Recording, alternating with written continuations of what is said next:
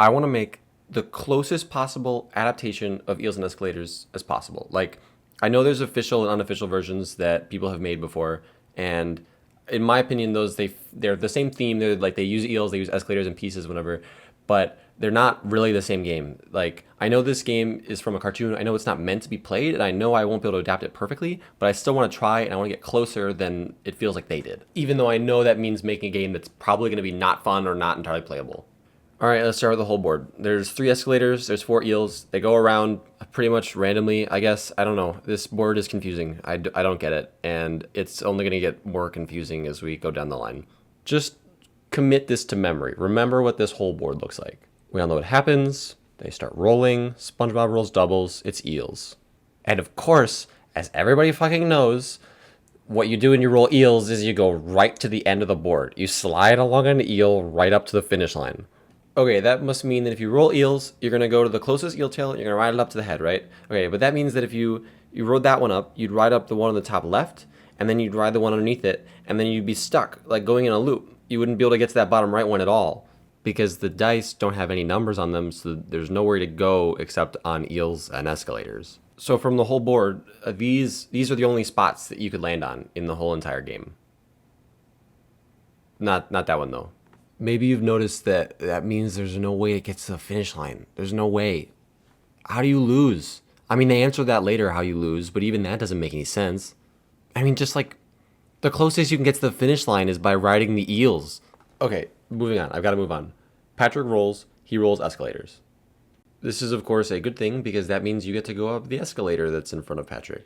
Fantastic. SpongeBob takes his turn. Surprise, he rolls eels. He slides along the eel. Pop quiz, where the fuck is that eel? I'm serious. Fucking point to it, you Neanderthal. It doesn't go anywhere. Okay, so whatever. Next, they both take a turn, but we don't actually get to see what they do. They just roll. We get to know that SpongeBob rolls the eels and Patrick rolls the escalators. That's great. The next time Patrick rolls, we get to actually see. He moves his hand up escalator. Before he moves the thing, we get to see the whole board again from a distance. So SpongeBob is in the top left corner. You can see his little orange piece. And then Patrick, his white piece, is below the first escalator, the one that he should already be on top of. And then when we cut to the next scene, he moves himself up the escalator that he's not in front of him on the right.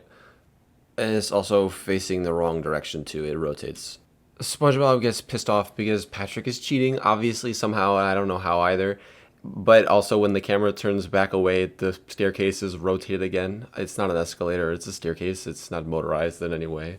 Okay, let's recap SpongeBob's turns. First turn, he moves, he goes to the finish line. Second turn, he goes somewhere that doesn't exist. And then third turn, we don't get to see, but after that, we see that he's in the top left corner. Being a good friend, Patrick tells SpongeBob that if he rolls bad again, he's going to lose, but he's only going to lose if he lands on this space that only exists when Patrick is describing it.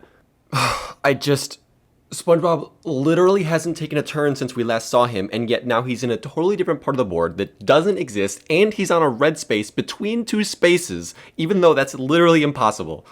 Why'd you hurt me?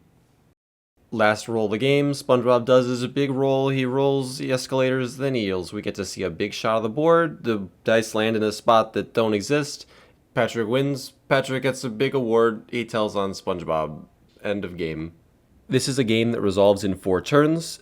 If you roll escalators, they don't take you anywhere. You get to the second escalator even on your third roll. I don't know what happens on your second roll. If you take the eels, you also only go to the second eel, no matter what happens on your third roll. And then you lose if you roll that 4th eel.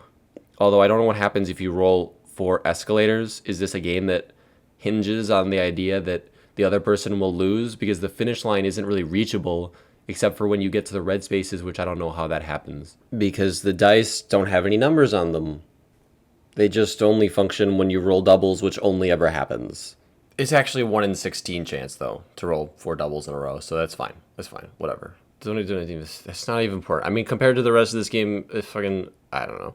This isn't even like a joke ending. I actually wanted to make a form of this game that was playable. Like, as close as possible, but I'm broken. Like, seriously, I get why they made these alternate versions that are nothing like this, because this game it doesn't exist. It's not real. It's not even like, oh, it's a cartoon board game. Of course it's not playable. It's like, this isn't a board game. They're not doing anything. They're throwing dice to the ground and saying things at each other. They're not doing anything. You can't print this board out, print those, get those dice and get the pawns and the things and look at the board and be like, yes, this is what would happen, because the board isn't real either. The board doesn't exist. Like, it changes when you're looking at it from different angles, and what Patrick says, when Patrick says things, that they become real. Like, you wouldn't be able to end this game if Patrick didn't look at you and tell you that you were going to lose because he thought so. And then when would you win if Patrick didn't tell you that you were going to lose? Oh my fucking god. Oh my god. Fucking seriously.